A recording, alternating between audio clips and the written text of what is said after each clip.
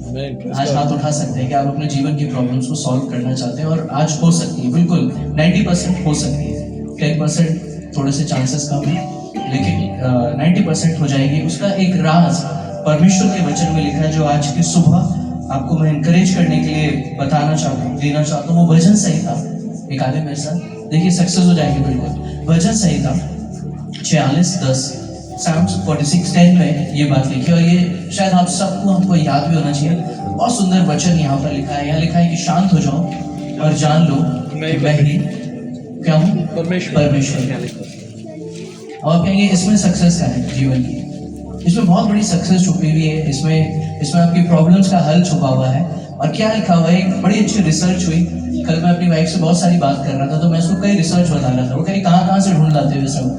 मैंने कहा उसमें पढ़ता रहता हूँ, कुछ चीज़ें ढूंढता रहता हूँ, बैठता हूँ, देखता हूँ किसने क्या रिसर्च करी, किस में क्या आया।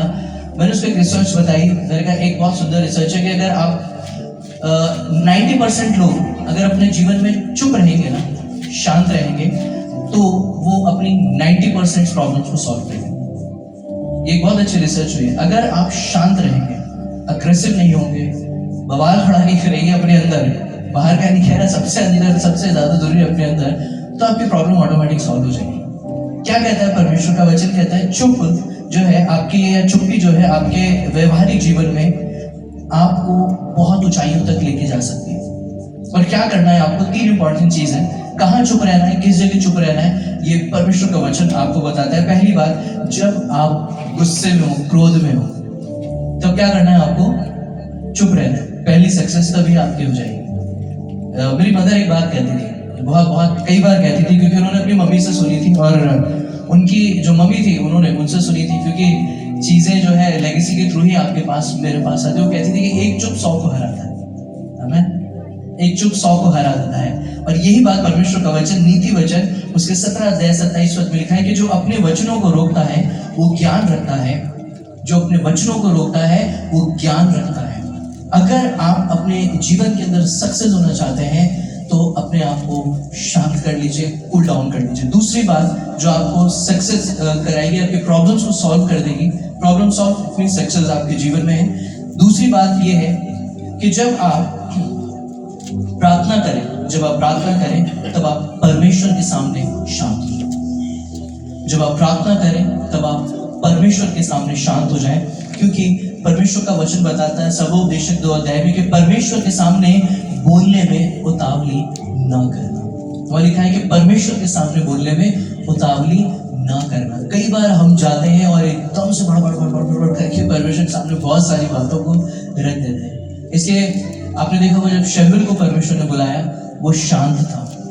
वो कंफ्यूज हो गया कि ये आवाज 3 बार जो आ रही है कहाँ से आ रही है, और तब उसको बताया गया कि भाई ये यहोवा परमेश्वर की आवाज है। और तब उसने बड़े ही शांत स्वभाव में घुटने पर आकर कहा कि बोलिए प्रभु, आपका दास सुन रहा है। इसलिए परमेश्वर के सामने शांत हो जाएंगे। तीसरी अंतिम बात बहुत डेंजर है। बहुत डेंजर क्यों है? क्योंकि हर जगह चुप भी नहीं रहना है। ठीक है, हर जगह चुप भी नहीं रहना है, हर समय चुप रहना भी सही नहीं है। बाइबल कहती है कि जहाँ सच और भलाई के लिए आपको बोलना है, आपको अपनी आवाज को बुलंद करना है। अगर आपको बहुत, संसार क्या सिखाता है? संसार इसका उल्टा सिखाता है। संसार कहता है अगर आपने किसी की भलाई के लिए छोटा सा भी झूठ बोल दिया ना, तो वो पाप नहीं गिना जाएगा। बोलते हैं ना संसार, नहीं बोल दो, झूठ बोल दो। नहीं, कल मैं एक सभा में था मेरी बेटी के स्कूल में। वहां पर एक डायरेक्टर थे। मैंने उनके सामने साफ कहा, मैंने कहा अगर आप अपनी कम्युनिटी के लिए, अपने फेथ के लिए स्टैंड नहीं करेंगे, परमेश्वर आपके लिए कभी स्टैंड नहीं करेगा। इसलिए बोलिए, बोल्डली बोलिए। जब तक आप बोलेंगे नहीं, कोई आपकी सुनेगा नहीं। इसलिए बोलना भी बहुत जरूरी है। इसलिए वचन कहता है सबोपदेशक 3:7 में कि चुप रहने का भी समय है और बोलने का भी समय है, क्योंकि परमेश्वर का वचन कह रहा है, मैं नहीं कह रहा, वचन कह रहा है। इसलिए फिर आगे क्या लिखा हुआ है? नीति वचन 31:8 में लिखा है कि गूंगे के लिए अपना मुंह खोल और सब अनाथों का न्याय उचित रीति से किया कर। ये परमेश्वर का वचन कहता है, गूंगे के लिए अपना मुंह खोल। गूंगा ये नहीं कि कोई गूंगा हो गया उसके पास जाकर उसका आप ट्रांसलेटर बन जाए। यानी परमेश्वर चाहता है कि जहां बोलना है वहां आप बोलें, और तब आपकी बहुत सारी प्रॉब्लम्स सॉल्व हो जाएंगी। आपके जीवन की प्रॉब्लम सॉल्व हो जाएगी। जहां शांत रहना है वहां शांत रहेंगे, क्रोध मत कीजिए, इसलिए परमेश्वर का वचन कहता है क्रोध तो करो लेकिन पाप मत करो, और सूरज ढलने तक तुम्हारा क्रोध जो है वो शांत हो जाएगा। इसलिए शांति ही आपके जीवन के अंदर एक सबसे बड़ा उपहार परमेश्वर ने दिया है।